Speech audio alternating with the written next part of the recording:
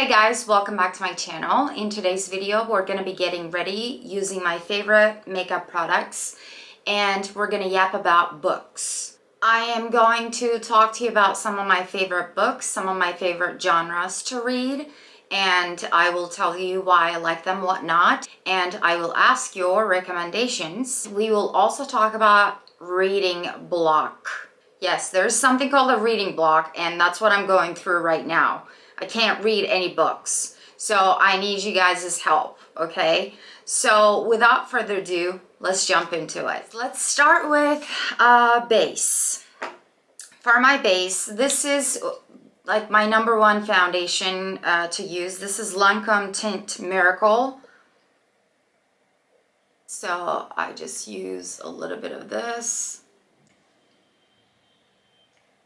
And usually just use my sponge to blend it up. This has a light coverage, light to medium coverage. It's not full coverage, but the shade of it is perfect for me.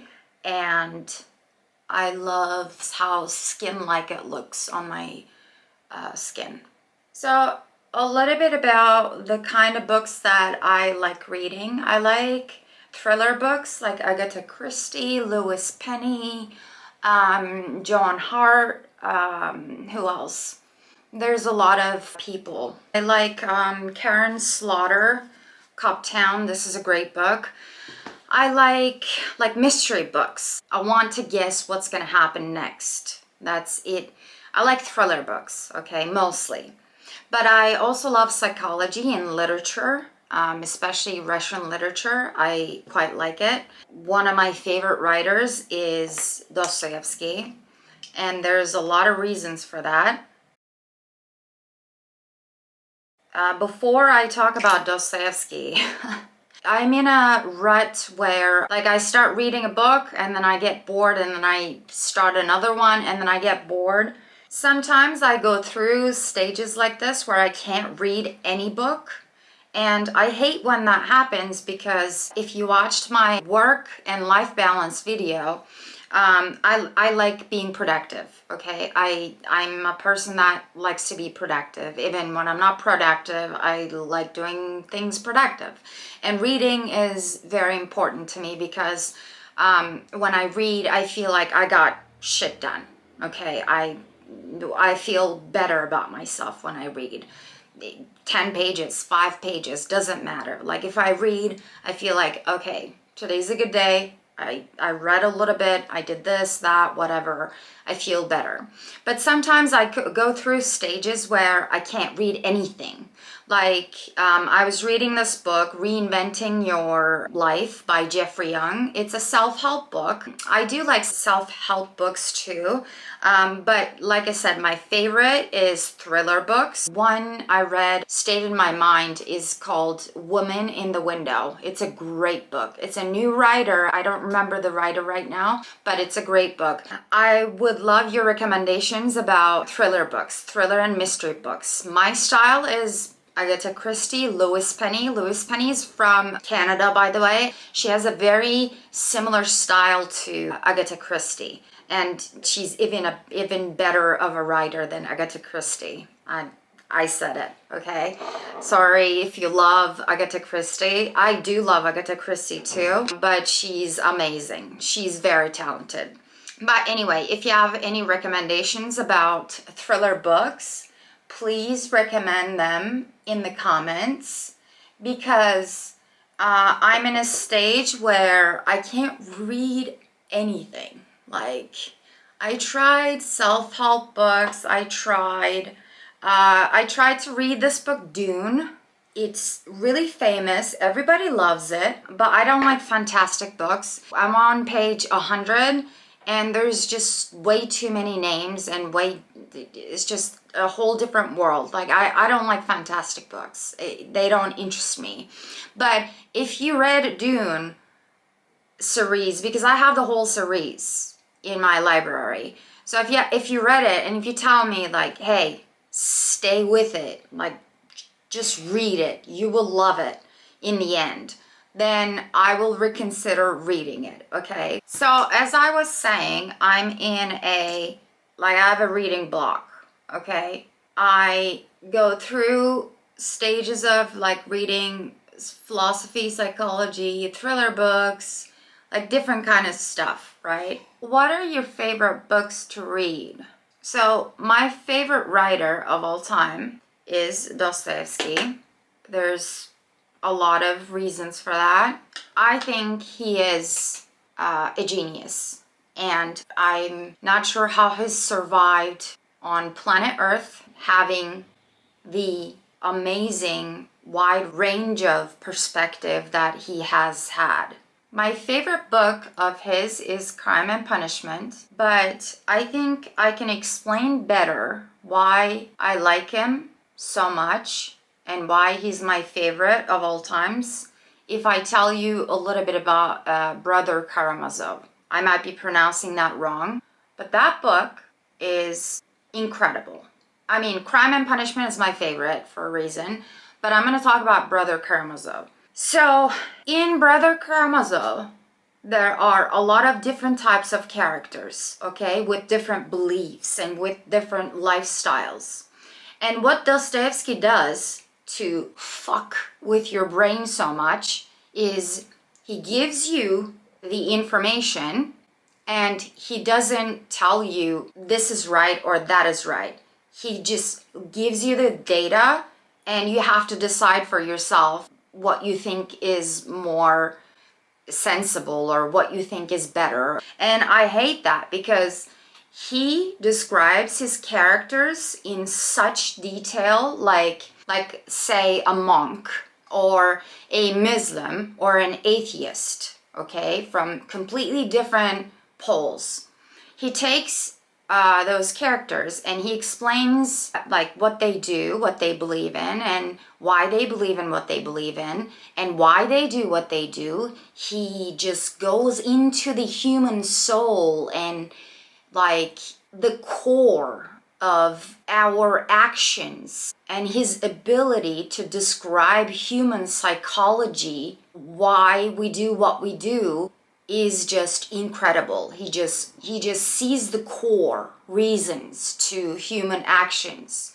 So going back to what I was saying, he just explains who the character is, why he does what he does, and you go like, oh, this monk, like it makes sense. Like it makes sense why he believes in what he believes in.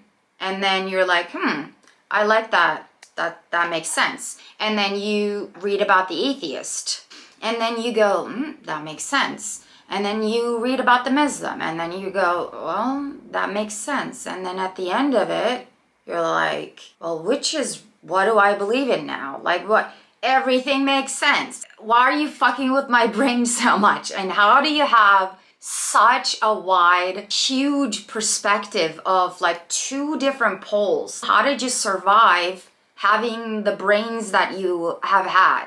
Like, it's crazy. And I love Crime and Punishment because he does the same thing there too.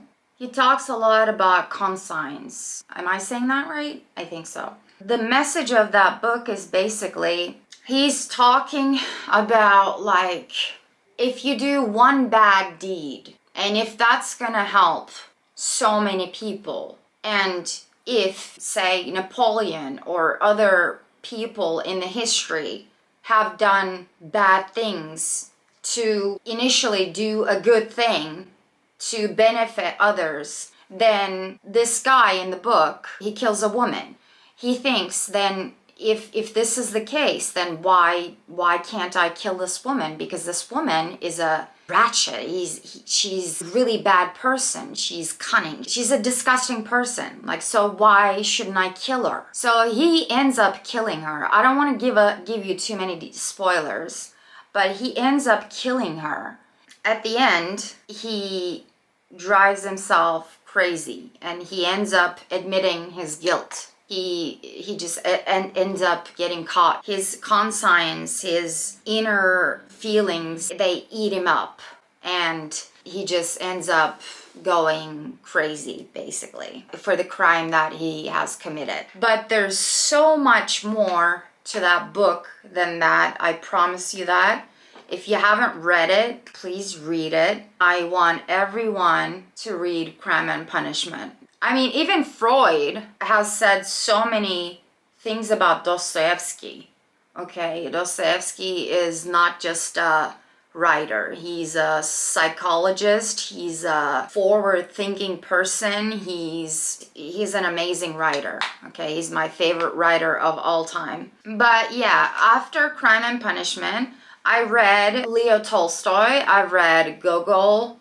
I've read, I can't remember now, I've read other Russian writers, and I didn't like, I'm telling you, after I read Crime and Punishment, I didn't like any book for 9 months. The book itself, Crime and Punishment, affected me for 6 months. Like I was I was constantly talking about Crime and Punishment with people. I was constantly telling people to read it and discuss it with me. I was hungry to discuss it with someone and like have them understand what I understood, have them experience what I experienced. And so I definitely recommend that you read that book, definitely. My camera died, guys. So what I was saying is, what I do is, if I start with British literature, I continue reading British literature because those writers have been affected from the times that they had lived in, the poverty, the political systems back then, the lifestyle, everything. Those things reflect in their writing. So my thinking is like, if I read Russian literature continually, then I will also learn about the history too.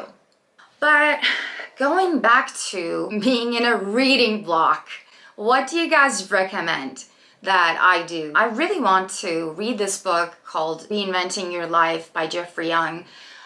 It's about psychology. My therapist recommended it to me, and I want to read it because I think it'll be good for me. I also think maybe I should read something that I super enjoy to get back into reading again. What do you guys think? Like, what kind of books do you recommend?